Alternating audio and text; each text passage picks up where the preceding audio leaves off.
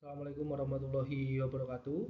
Perkenalkan, nama saya Kautsar Ruger Amando, mahasiswa Universitas Siber Asia dengan NIM 2402010200596.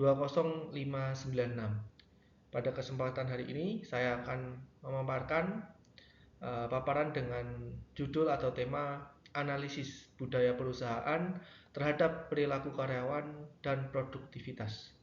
Mata kuliah perilaku organisasi dengan kode mata kuliah MJ602.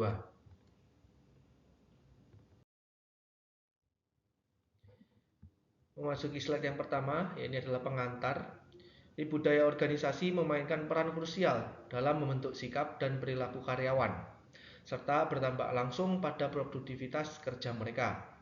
Setiap entitas bisnis merancang nilai-nilai dan kebiasaan kerja yang mencerminkan arah dan tujuan perusahaan.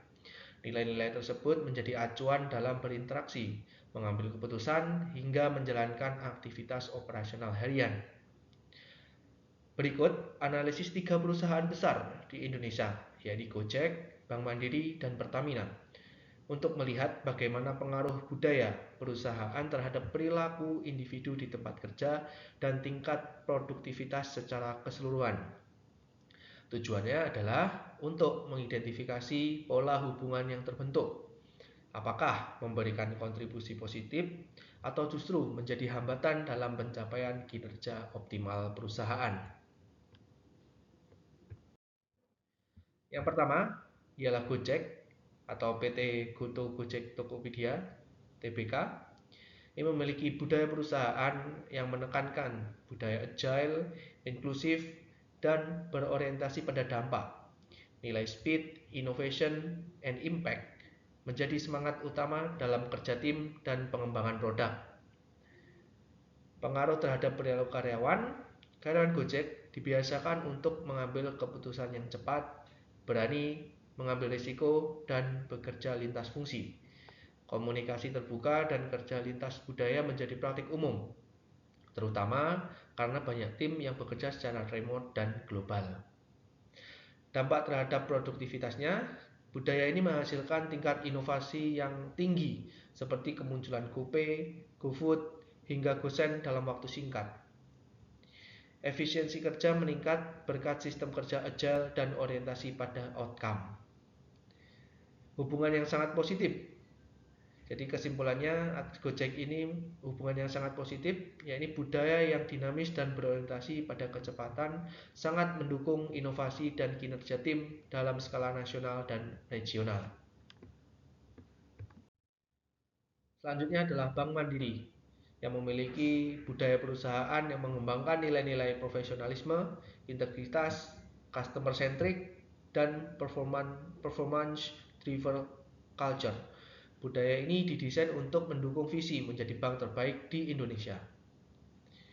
Pengaruh terhadap perilaku karyawannya, yaitu karyawan didorong untuk berorientasi pada hasil, fokus pada layanan prima, dan mempertahankan etika kerja yang tinggi.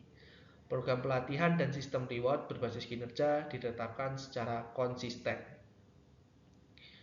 Dampak terhadap produktivitas. Digitalisasi layanan seperti Livin by Mandiri dan Mandiri Online berhasil meningkatkan efisiensi dan kepuasan nasabah. Budaya kerja yang kompetitif menghasilkan pertumbuhan kinerja finansial yang konsisten.